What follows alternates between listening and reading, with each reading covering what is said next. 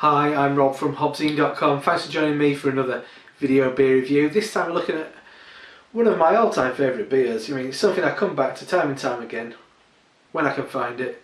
Because I think Fuller's still class this as a winter seasonal, surprisingly. It is a bottle of Fuller's London Porter, 5.4% ABV.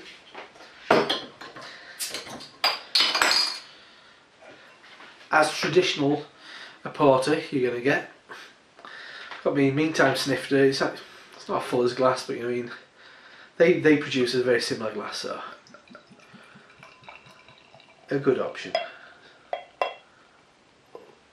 You know what I mean, I've had this many times. I've had it on cask, I've had it on keg, but I think the bottle is one of the. I mean, the cask is the best version. The keg sometimes a bit cold, but the bottle's always very, very solid. Anyway, in the glass, a really nice, really dark ruby, maybe dark brown ruby. Try and get a bit more head. The head tight, slightly fizzy, kind of pale tan colour. Let's have a sniff. Oh, lovely. Coffee, raisins. It's like kind of port wine quality. Dark chocolate.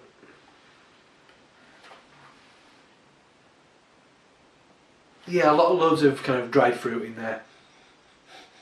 Kind of dates, but definitely raisins and currants.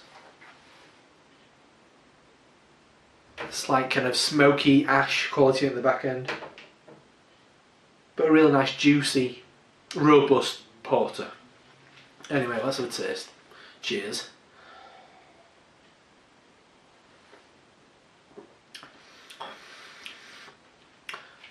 Yeah, it's really good. Initially, it's quite muted to start with. It is relatively a thirst quenching for a porter to start with. There's a nice brisk amount of carbonation, keeps it moving along.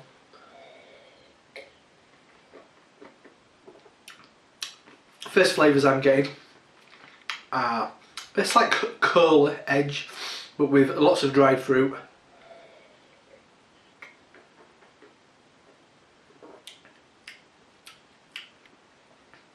I'm definitely getting a hot bitterness, maybe from something like Bramling Cross, where you're getting that kind of slight blackberry, blackcurrant quality.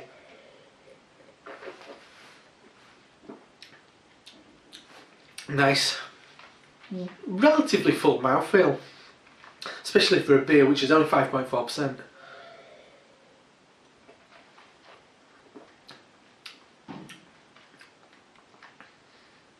Then coming up, it really builds and you get a really resounding chocolate and coffee bitterness.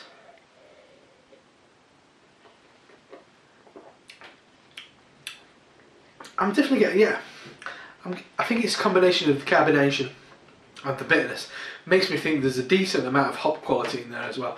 And I guess that's one thing that a porter should have. A friend of mine who's a very successful brewer, I asked him what is the definitive difference between a porter and a stout nowadays, because those lines seem to have been very much blurred, and he said a porter should be lighter, as in the body should be lighter, it should be a little bit weaker, and it certainly should be a lot hoppier. And I guess with this being a very traditional porter, the hops are all English. I mean, I'm taking a stab at Bramling Cross because I personally think that's a really nice hop to put in a dark beer. There's probably something like Fuggles or Goldings or something like that in there. I mean, Fuller's very traditional brewery, and this is a very traditional beer. The aftertaste is of a really kind of dry roasted coffee, quite prominent. But it drops off, but there is a nice coffee bitterness that lingers as well. It's really good. I mean, it's an absolute classic of brewing, and if it's the standard bearer for traditional porters, and I think it's that good. It stands up against anything. It's a really really special beer. Anyway, so that's Fuller's London Porter from obviously in London. It's 5.4% ABV. It's one of my favourite beers, so I can't say much more. Anyway, I'm Rob from HopZine.com. I'll see you next time. Cheers.